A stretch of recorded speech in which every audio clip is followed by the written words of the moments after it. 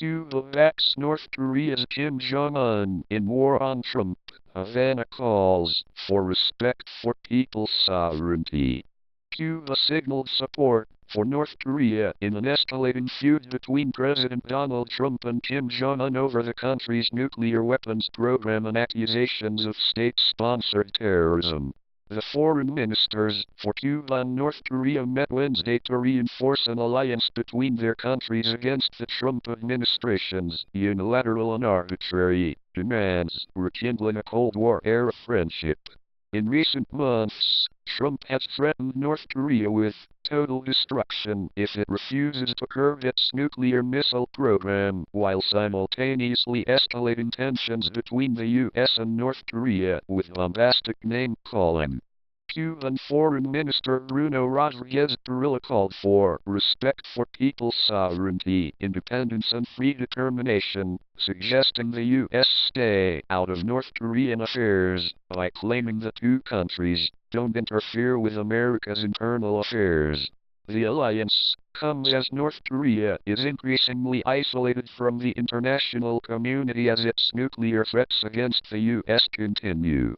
We strongly rejected the unilateral and arbitrary lists and designations established by the U.S. government which serve as a basis for the implementation of coercive measures which are contrary to international law, Parilla said in a statement.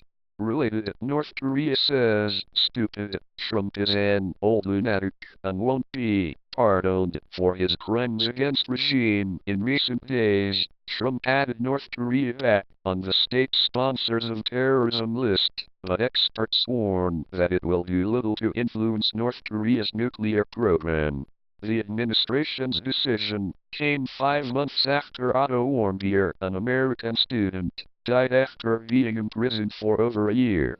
North Korea quickly lashed out at Trump, calling him a kingpin of all kinds of terrorism and accusing him of being unable to prevent terrorism in his own country. "This is a serious provocation and a violent infringement upon our dignified country," a North Korea spokesman told the state's Korean Central News Agency. Trump recently returned from a 12-day trip to Asia, where he focused heavily on the heightened tensions over North Korea's nuclear program and long-range missile tests. The administration has worked to cut international trade ties with a totalitarian nation.